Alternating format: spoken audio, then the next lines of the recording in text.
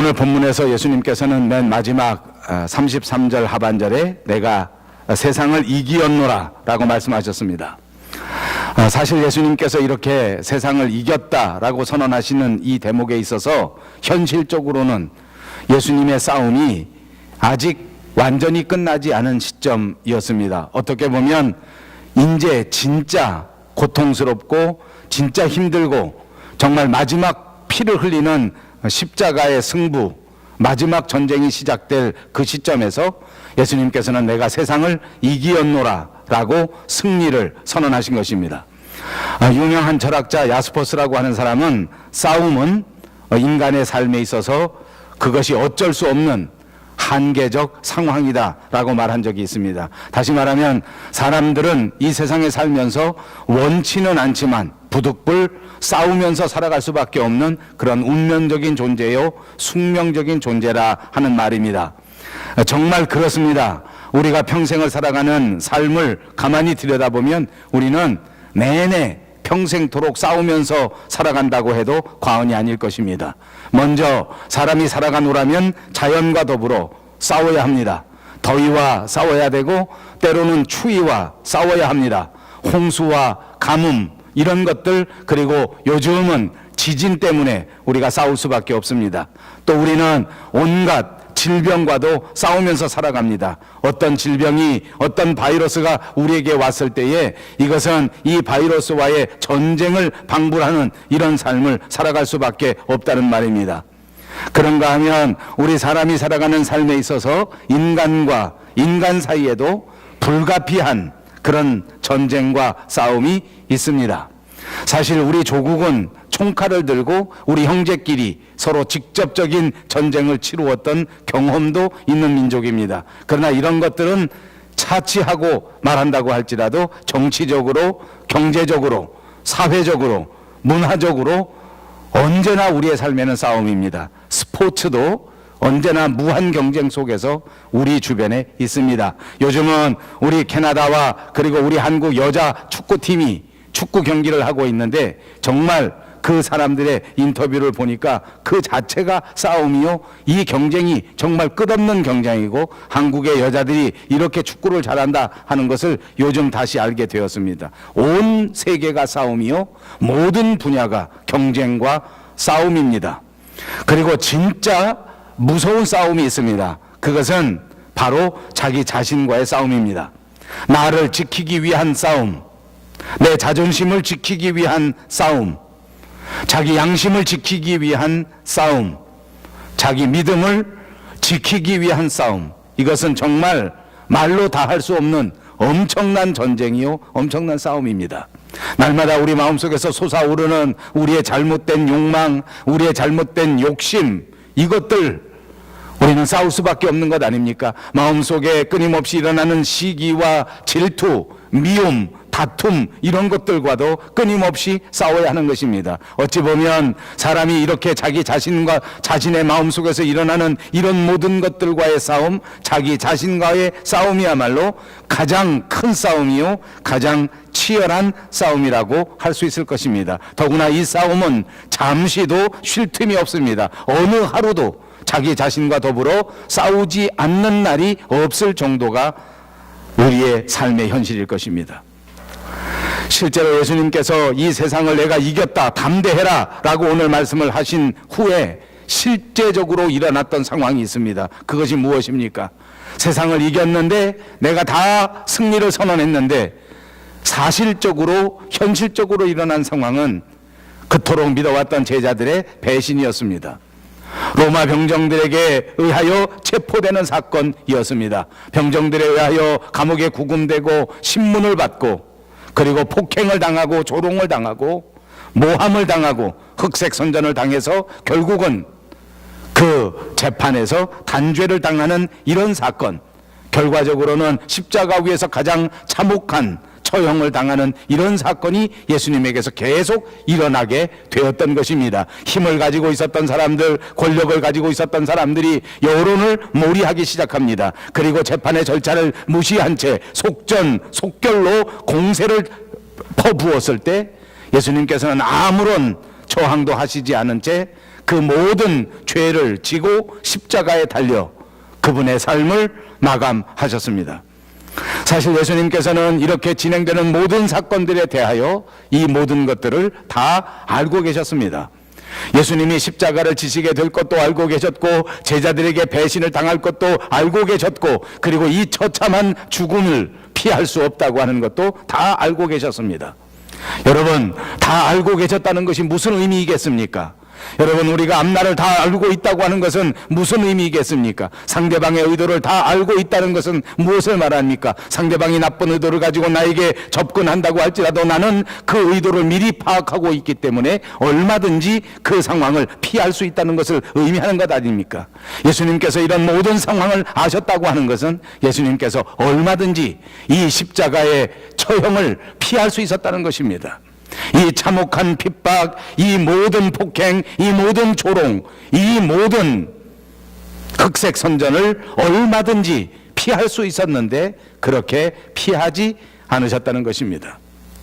그렇지 않습니까? 사실은 그냥 모른 척 눈을 감고 바리새인들이나 또는 다른 종교 지도자들이나 또는 이 권력자들에게 앙심살 일들 그런 거 좀 하지 않고, 그리고 대제사장들이나 바리새인들이나 사두개인들이나 이런 사람들을 자극하지 않고, 또 설사 그런 말을 해서 이 사람들이 크게 상처를 받았다고 할지라도 우리 조국의 국회의원들이 잘하는 것처럼 안면 싹 바꾸고 말을 싹 바꾸어서 나는 그런 말 한 적 없다, 유감스럽다, 이렇게 말씀하셨다고 하면 얼마든지 이 상황을 피하고 십자가의 죽음에서 살아남으실 수도 있었을 것이라 그 말입니다. 그리고 그 다음에 또 생각해 볼 수 있는 것은 가룟 유다가 체포조와 함께 군인들과 함께 세팅을 하고 예수님을 기다리고 있었던 그 자리, 그 상황 속에서도 예수님은 다 알고 계셨기 때문에 그때 나타나시지 않아서도 됩니다. 어디 조금 숨어 계시든지 아니면 조금 안전한 지역, 갈릴리 같은 지역에 도망가서 조금 도피 생활을 했다고 하면 이 군인들에게 절대 잡히지 않으셨을 수 있었단 말입니다. 요한복음 18장 1절이나 4절에서 보면 예수께서 이 말씀을 하시고 제자들과 함께 기드론 시내 건너편으로 나가시니 그곳에 동산이 있는데 제자들과 함께 들어가시니라. 그곳은 가끔 예수께서 제자들과 모이시는 곳이므로 예수를 파는 유다도 그것을 알더라. 유다가 군대와 대제사장들과 바리새인들에게서 얻은 아랫사람들을 데리고 등과 횃불과 무기를 가지고 그리로 오는지라. 예수께서 그 당할 일을 다 하시고 나가 이르시되 너희가 누구를 찾느냐? 우리가 잘 아는 성경 대목 아닙니까? 이렇게 기록되어 있습니다. 예수님은 다 아셨습니다. 유다가 이 군인들을 데리고 자기를 잡으러 올 그 시기도 그 장소도 분명히 알고 있었으면서도 불구하고 이 장소를 피하시지 않았습니다.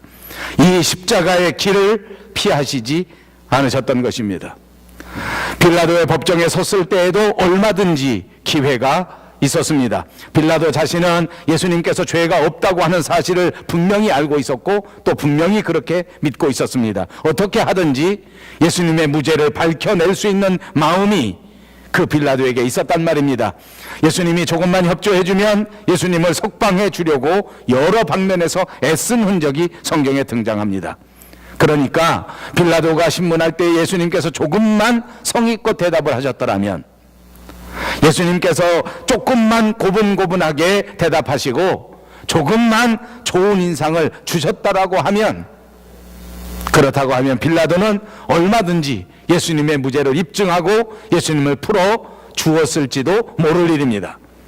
그러나 여러분, 우리가 아는 것처럼 예수님께서는 정말 무뚝뚝하기 그지가 없었습니다. 짧은 어조로 대답합니다. 그리고 그저 불리한 상황 속에서 오히려 더 불리한 침묵을 행하십니다. 아무 말도 하지 않습니다. 상대방은 죽음의 올가미를 들고 얼마든지 쌓아매려고 하는 이런 상황 속에서 얼마든지 벗어날 수 있는 몇 가지 절호의 찬스가 있었는데도 스스로 이 모든 기회를 던져 버리신 것입니다.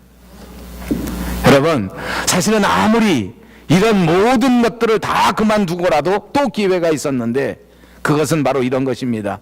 예수님의 행적을 들여다 보십시오. 그분께서는 폭풍을 명령하셔서 폭풍을 잠잠하게 만든 분이십니다.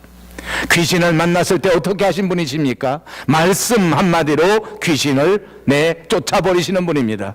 병든 자들을 살려냅니다. 심지어는 죽은 사람마저도 살려내셨던 그 신적 능력을 가지신 분 아닙니까? 옥문을 부수어뜨려 버리고 병사들의 눈을 멀게 만드시고, 베드로가 칼을 들고 한번 휘두르면 로마 병정들 1000명씩 한꺼번에 죽게 만들 수 있는 그런 능력을 얼마든지 가지고 있는 분입니다. 무리를 마치 육지처럼 걸어가셨던 그 초능력을 발휘하신다고 하면 이 싸움에서 얼마든지 이길 수 있는 것 아닙니까? 물이 변하여 포도주가 되게 만드시고 5000명 사람들을 불과 도시락 하나 5병2혈을 가지고 먹여 살리셨던 그 엄청난 기적의 능력을 발휘한다고 하면 여기 모여있는 대제사장들, 여기 모여있는 종교 지도자들 얼마든지 제압하고 승리할 수 있지 않겠습니까?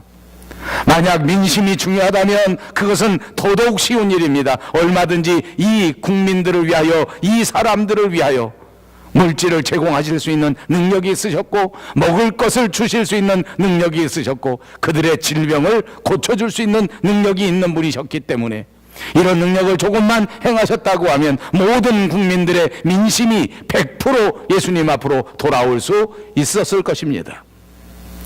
그러나 예수님께서는 이렇게 자기 자신이 십자가를 벗어나고 십자가의 죽음에서 풀려나고 살아남기 위하여 그 어떤 시도도 하시지 않으셨습니다.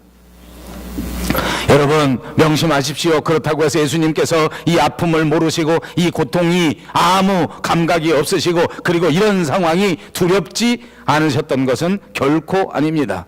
예수님도 우리와 똑같은 성정을 가진 인간의 몸으로 이 세상에 오셨기 때문에 순간순간 이 상황이 두려우셨고 순간순간 이 상황이 번민으로 그의 머리를 사로잡았습니다. 마가복음 14장 33절 그리고 34절에 보니까 베드로와 야고보와 요한에게 말씀하실 때에 내 마음이 심히 고민하여 죽게 되었다. 그리고 하나님 앞에 나가 자기 자신을 내려놓고 기도하실 그때에 제자들에게는 나를 위하여 기도해달라고 깨어 있어달라고 당부하시면서 그리고 하나님 앞에 기도할 때 아버지께는 모든 것이 가능하오니 이 잔을 내게서 옮기시옵소서라고 기도하셨습니다. 누가복음 22장에서는 예수님께서 이렇게 기도하시는 광경을 묘사할 때에 예수님의 기도하는 모습을 보니 땀이 땅에 떨어지는 핏방울같이 되더라. 십자가에 달리셨을 그때에도 예수님께서는 하나님을 향하여 기도합니다. 나의 하나님 어찌하여 나를 버리셨나이까? 그는 하나님 앞에 이토록 절규하실 때까지 그의 상황이 고통스러웠고 그의 상황이 번민스러웠고 이 모든 죽음이 예수님의 마음을 흔들고 있었다는 것을 우리는 예상해 볼 수가 있는 것입니다. 이런 고민과 이런 상황 속에서 예수님께서는 왜 뻔히 알고 계셨던 이 엄청난 아픔, 이 십자가의 고난, 이 십자가의 죽음을 피하지 않으시고 스스로 걸어가시고 스스로 담당하시고 이 모든 고통 속에서 이 모든 치욕 속에서 이 모든 아픔 속에서 오히려 이것을 극복하시면서 승리를 선언하실 수 있었겠는가? 이것이 오늘 말씀의 중심입니다. 저와 여러분은 이 상황을 생각하면서 분명한 해답을 받아야 될 줄로 믿습니다. 그리고 이런 분명한 해답이 이제부터 저와 여러분의 삶의 현장 속에서 그대로 이루어져서 우리도 예수님께서 이루신 그 삶의 승리처럼 우리 모두의 삶의 승리를 이룰 수 있는 성도들이 꼭 되시기를 바랍니다. 이 대답은 바로 이것입니다. 첫째, 예수님께서는 하나님께서 나와 함께 하신다는 것을 확신하였습니다. 아무리 고통이 있다고 할지라도 아무리 아픔이 있다고 할지라도 심지어는 십자가에 죽음이 있다고 할지라도 하나님께서는 나와 함께 하신다. 아멘. 이런 확신을 가졌기 때문에 이것을 극복하고 승리할 수 있었다는 말입니다.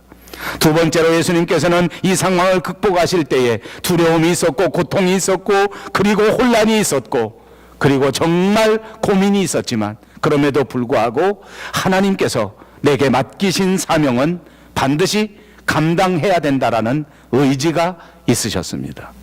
사랑하는 여러분, 저는 신앙생활하면서 또한 목회자로서 목회생활하면서 가장 중요하게 생각하는 것 바로 이것입니다. 하나님이 맡겨주신 사명은 어떤 일이 있어도 감당해야 한다. 여러분, 살면서 실망한 일이 생기지 않는 사람은 아무도 없습니다.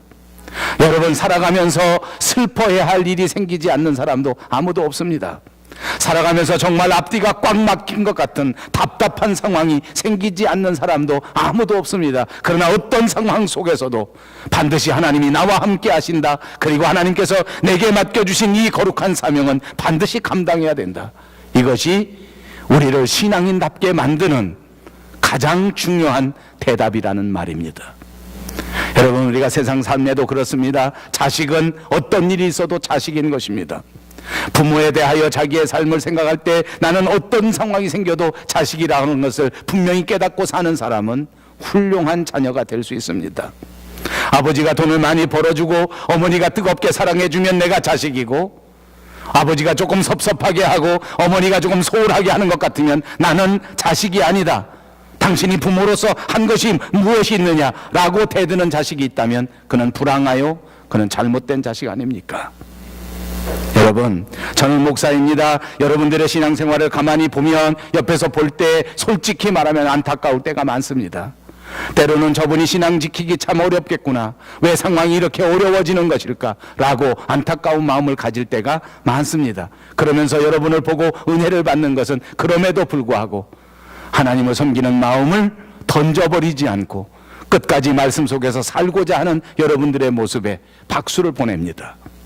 여러분, 끝까지 하나님이 우리에게 주신 사명을 포기하지 않는 저와 여러분들이 되시기를 주님의 이름으로 축복합니다. 아무리 어려워도 아무리 힘들어도 하나님께서 나를 믿고 맡겨주신 이 엄청난 성도의 사명에 꼭 이것을 감당할 수 있는 결단이 있다고 하면 예수님처럼 우리는 십자가에서도 승리하고 모든 전쟁에서도 이기고 극복하는 자가 될 줄로 믿습니다. 오늘 본문 32절을 보십시오. 보라, 너희가 다 각각 제 곳으로 흩어지고 나를 혼자 둘 때가 오나니 벌써 왔다. 그러나 내가 혼자 있는 것이 아니라 아버지께서 나와 함께 계시느니라. 그렇습니다. 예수님께서는 사람들이 다 자기를 떠나고 자기 혼자 남는 상황이 그렇게 큰 문제가 아니었습니다. 여러분, 명심하십시오. 우리는 살다가 사람들이 우리 주변을 떠나면 그냥 슬퍼지지 않습니까? 왕따를 당하면 어찌할 바를 알지 못하고 우리 정신줄을 놓아버리지 않습니까? 외로우면 그만 모든 것을 포기해버리지 않습니까? 이것이 우리와 예수님의 다른 점이었습니다. 예수님은 모든 사람이 다 나를 떠난다고 할지라도 아니다, 나는 하나님 아버지와 함께 있다고 분명하게 믿고 있었습니다. 이 확신이야말로, 이 믿음이야말로 이 싸움에서 이길 수 있는 결정적인 능력이 되었던 것입니다. 아니, 싸움이 시작하기도 전에 예수님께서는 승리를 선언할 수 있었던 것이 바로 이 확신 때문이었습니다.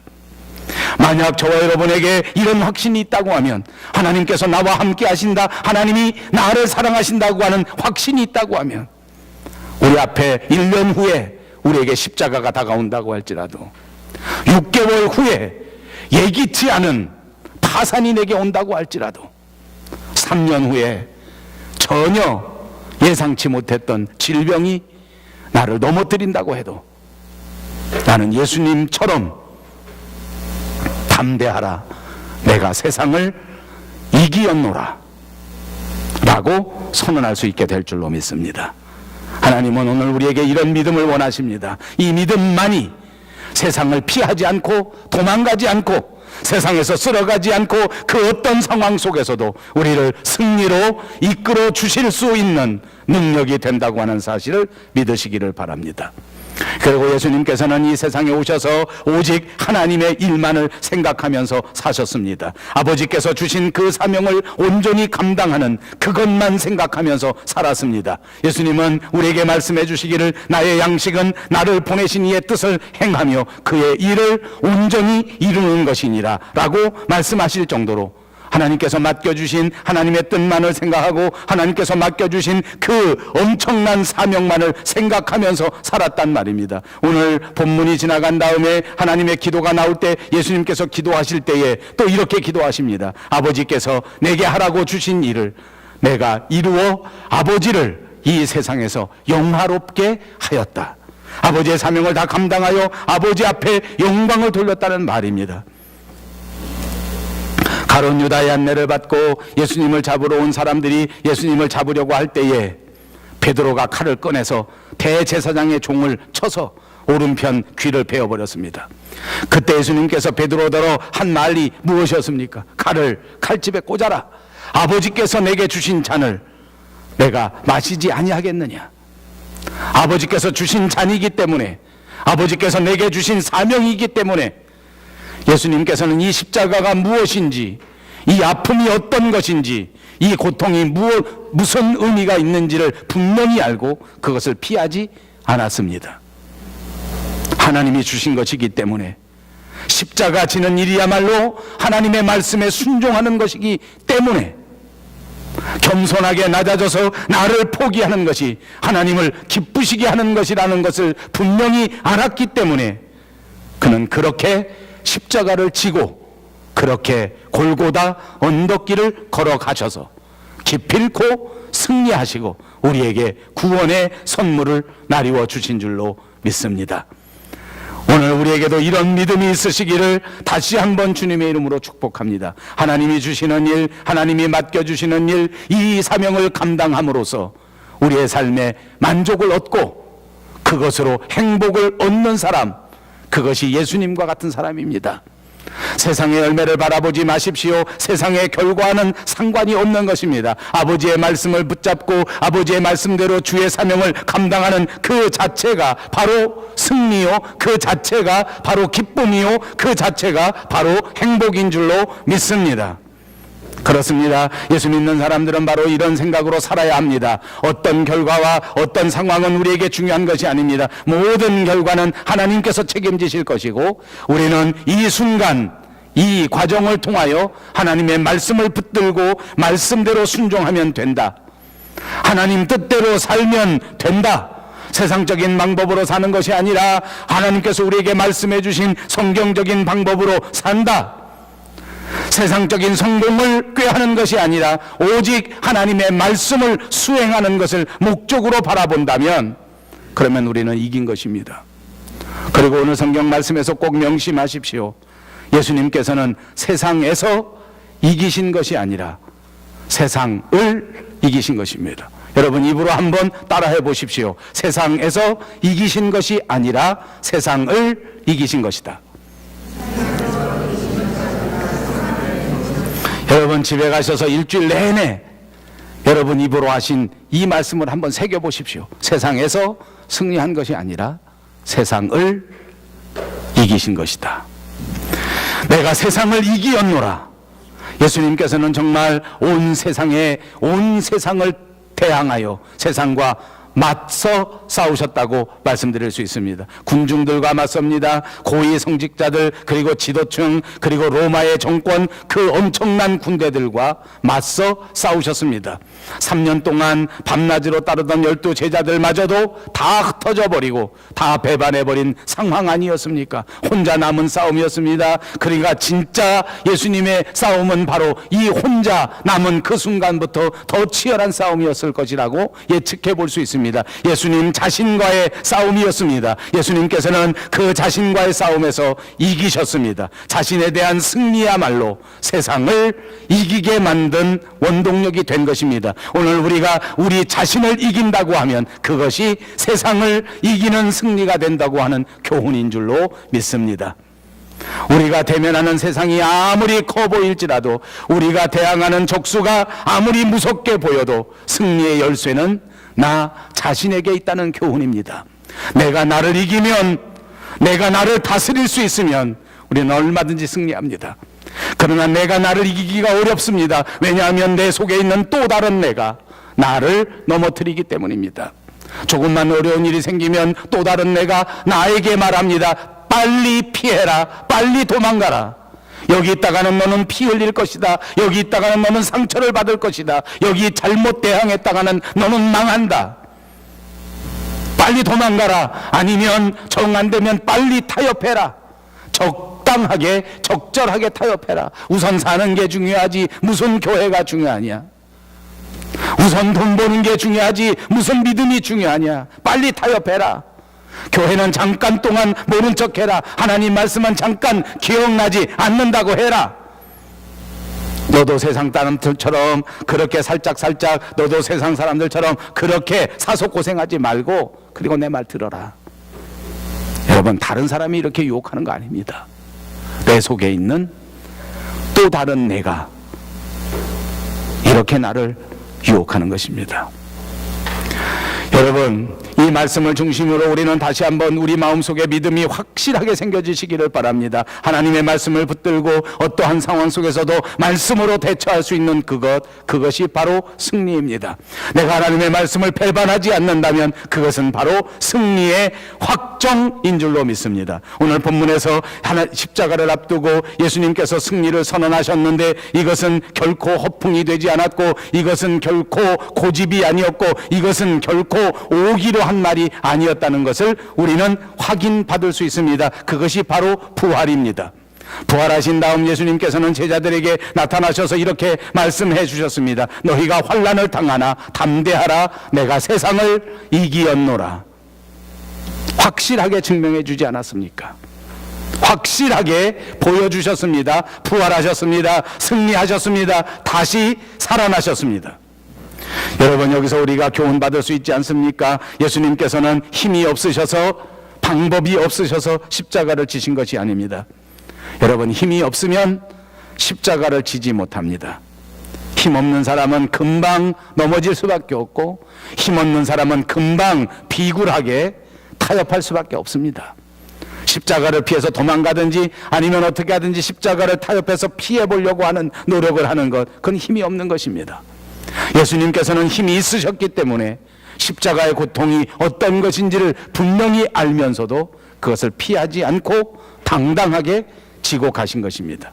여러분, 우리가 바로 믿으려고 하면 이 세상 살아갈 때 우리가 고난을 당하고 우리가 정말 믿음을 지키려고 하면 이 세상에서 아픔을 당하고 우리가 이 세상에서 왕따를 당할 수도 있습니다. 우리가 약하면 믿음을 포기하고 도망갈 수밖에 없는 것입니다. 우리의 믿음이 약하면 우리도 적당히 타협할 수밖에 없는 것입니다. 십자가를 질 수 있는 것은 성령의 강한 능력을 가진 사람만이 질 수 있는 줄로 믿습니다. 그러므로 저는 여러분들을 축복합니다. 오늘 이 시간 주의 성령께서 저와 여러분을 충만케 하셔서 성령의 권능으로 무장시켜 주심으로 세상의 모든 삶에서 십자가를 선택하고 믿음을 선택하는 진짜 강한 그리스도의 사람들이 다 되시기를 주님의 이름으로 축복합니다. 그렇습니다. 어떤 상황 속에서도 하나님을 믿고 하나님을 의지하고 하나님의 말씀을 지키는 것, 그것이야말로 신뢰요, 그것이야말로 순종이요, 그것이야말로 하나님의 자녀된 사람의 도리인 줄로 믿습니다. 하나님의 도리, 하나님의 백성으로서 하나님의 자녀로서 그 도리를 다할 때에 분명히 하나님께서는 우리를 승리하게 만들어 주실 것입니다. 예수님께서 너희가 환난을 당하나 담대하라. 내가 세상을 이기었노라 하는 말씀 그대로 우리의 믿음의 여정 속에서 우리의 삶은 남은 여정 모든 삶의 현장 속에서 우리가 어떤 환난을 만나도 담대하며 흔들리지 않고 승리하는 모두가 되어야 할 줄로 믿습니다. 이 세상에서 우리의 믿음과 우리의 삶과 우리의 행동이 때로는 바위에 부딪히는 계란같이 약해 보일 수 있습니다. 때로는 이 험한 세상을 살아갈 때 믿음을 붙들고 살아가는 것이 정말 미련한 모습으로 비추어질지도 모릅니다. 그러나 여러분, 하나님이 함께 하신다는 사실을 믿고 결코 물러서지 마시기를 바랍니다. 하나님이 저와 여러분과 함께해 주실 줄로 믿습니다. 하나님께서는 반드시 우리를 지키셔서 우리를 살려 주실 줄로 믿습니다. 기도하겠습니다.